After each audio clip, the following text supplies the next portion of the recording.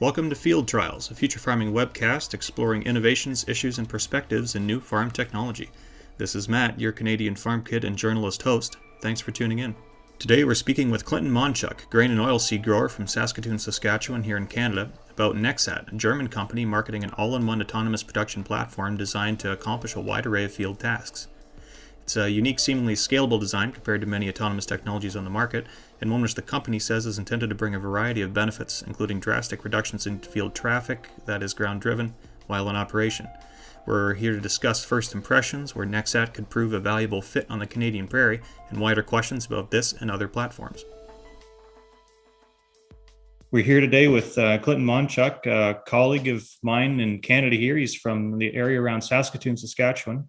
He's a grain and oilseed grower, and I think also some poultry. Is that correct, Clinton? Yeah, an egg farm, yeah. Egg farm, excellent. And we're here today, and we're just going to discuss a new company to implement that's kind of been making the rounds lately. It's called Nexat. It's an interesting machine. From what I've seen so far, and I know, Clinton, you've had a chance to just have a brief look at some of the stuff as well, and I just want to kind of go over what you think it might, what kind of potential something like that might hypothetically have, kind of in your part of the world.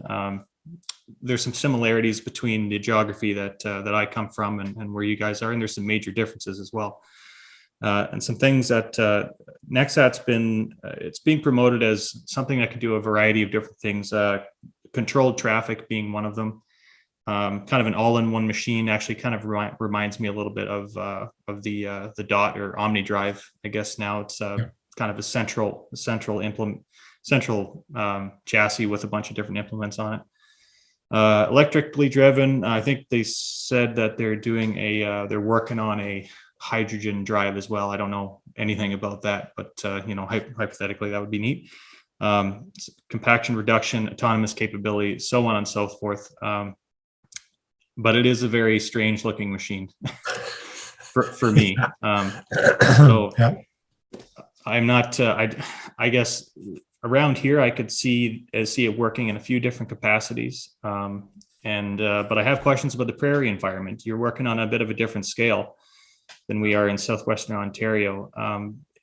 First impressions, your kind of gut reactions to this kind of technology. Any central thoughts? Well, I think any of this new technology is really interesting, right? And I think back, if you want to go back 20 years to the days before GPS technology, right? And how GPS brought us the ability to have self-steering things. And then all the sensor technology that we have now on our implements, from varying rates to figuring out yields to auto adjusting our combines and whatnot. Like I do see there's always these progressions of different technological advancements. This looks interesting, right? Like it looks like you said, you could have a variety of different things plugged into the same kind of system. So there might be some efficiencies there. And it looks like they're built into scale, right? So you can have, I think the one corn header that was on it, it looked like there was a gazillion different rows on it. So yeah, I think maybe I can see if I can share a screen here. I was going to bring up one of those photos because there's some I think it was a 22 row corn head or sunflower head or something like that. I don't know. It was huge. Surely it's around here somewhere. Yeah, so there it is. Something like that. Like we run a 4 row. So that's just a completely different scale. And especially with corn, I don't know how things are with, I don't imagine it's quite so bad with canola, just given seed size. But even with a 4 row combine, if we get a good crop, we're running wagons and carts constantly. Yeah. So I don't even know. I don't know how you keep up with that. It does. And that was actually one of the questions that I'd have for how, if you're running that big of a head on a combine, it looks like there's sunflowers in that field, but like if you're running corn that's doing 200 plus bushels an acre, you're pretty much just having the grain carts right beside you filling up as you go, right? Yeah, So which I wonder maybe if I know that's that ends up being, and for us, every farm's a little bit different, but for us, our biggest limiting factor has always been our grain cart, right? Mhm. It's not our combines. Our combines, if we keep our rotors full and we have a good crop, it's pretty hard for the grain cart operator to keep up. But every farmer is different, I guess.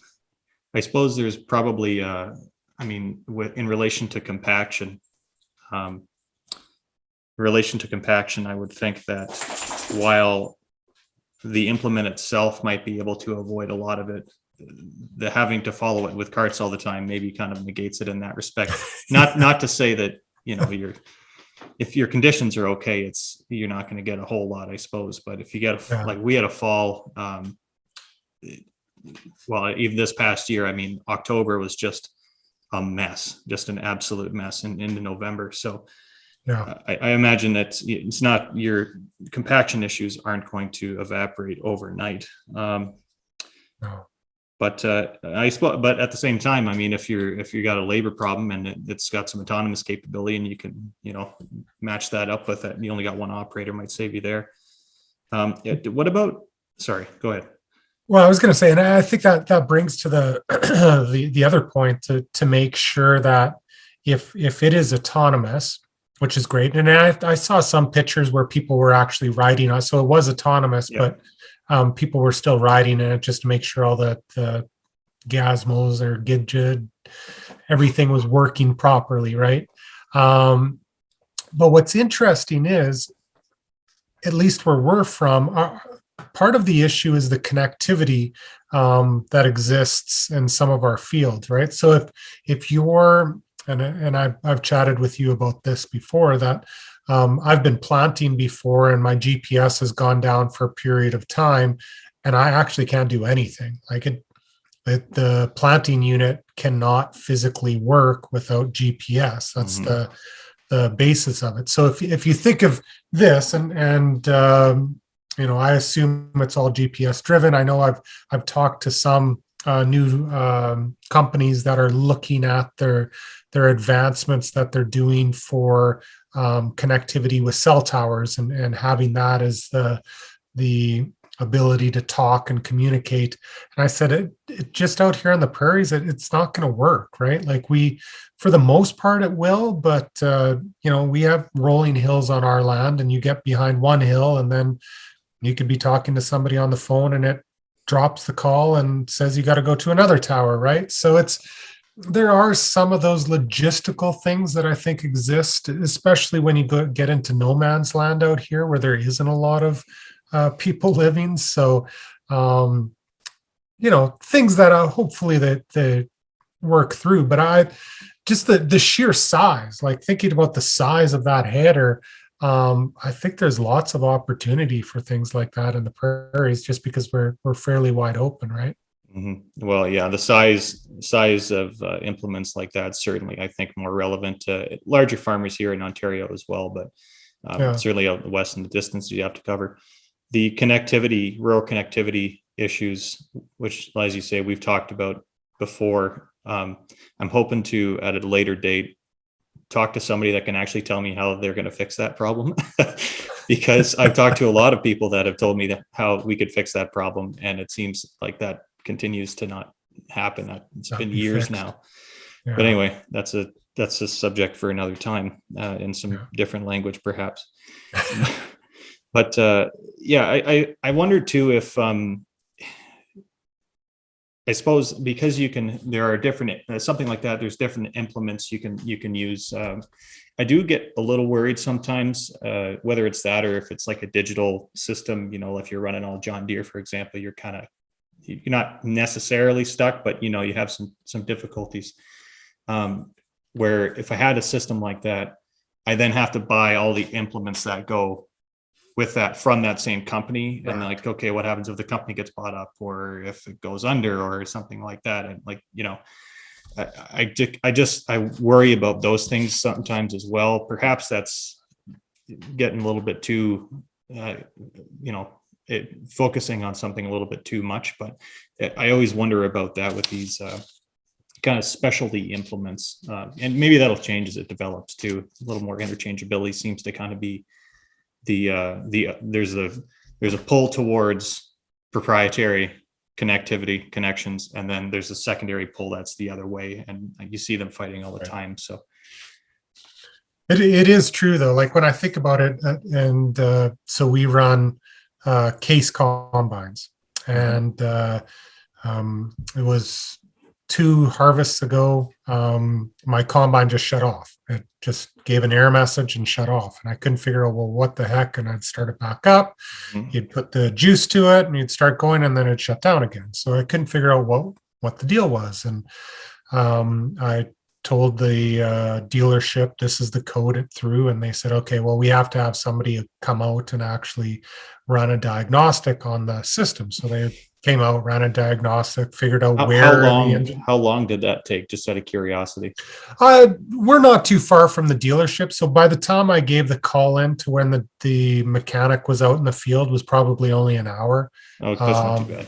Yeah, but we give them a lot of money, so they might think that we're a priority. Yeah. At least in my mind, I feel we might be a priority. Yeah. But anyways, when they came out and figured out, they said it was an injector that was the issue. And there was nothing wrong with the injector. There was nothing wrong with the engine. There was a sensor on the one cord that was effectively, he said, bent.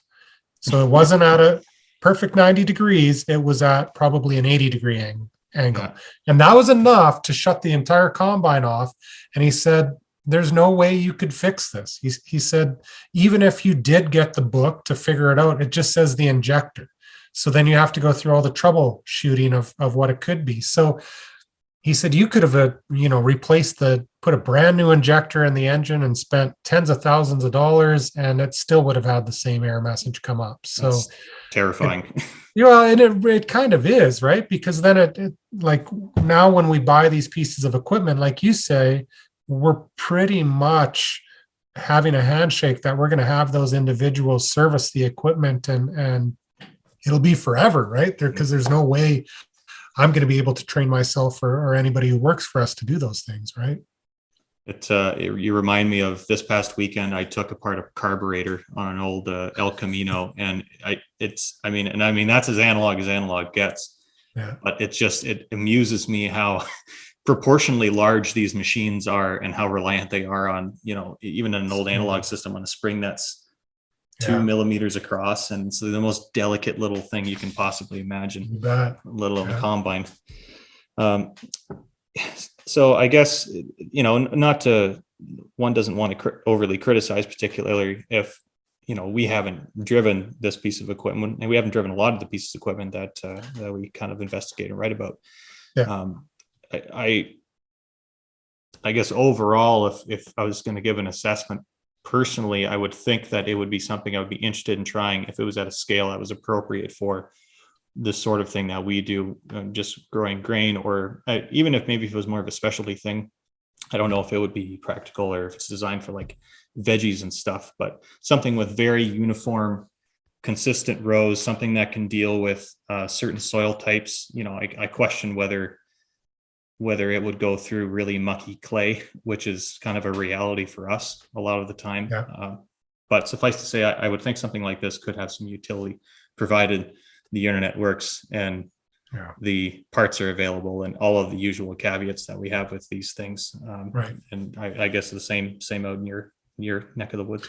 Yeah, one question I always have, and this was the same with the dot technology that's out here, owned by CNH now, that the ability to make that decision of whether or not to go through that muck or not. Yeah. So, and I look at my planting system, and it's a 66-foot big drill that plants all our grains and oil seeds. And I have a good understanding of how close I can get to things without, spinning out and getting stuck. I'm not too sure what the algorithm is on a dot or on this machine either, but in the event it goes up to something, realizes it shouldn't go there and starts backing up and is already stuck, are you already done? Like, is it like, then is it, it's fine to send an error message saying I can't go any further, but if you're stuck, you're stuck, right? So yeah, and then who in the immediate vicinity gets blamed for the yeah. I blame it on the dog. Yes, don't we all? All right, well, cool, Clint. Won't keep you much longer. Thanks for your time and for the chat. You bet. Thanks, Matt. Thanks for tuning in, everyone. I hope you got something out of the conversation. As ever, the idea is to explore topics, items, and perspectives in the ag tech space. So if you're interested in sharing your own perspective and joining us for a conversation, feel free to get in touch with the Future Farming team at futurefarming.com. You can also reach me directly at FurRural on Twitter. That's at FERRURAL on Twitter, or via ruralphilosopher.com. Thanks again for listening.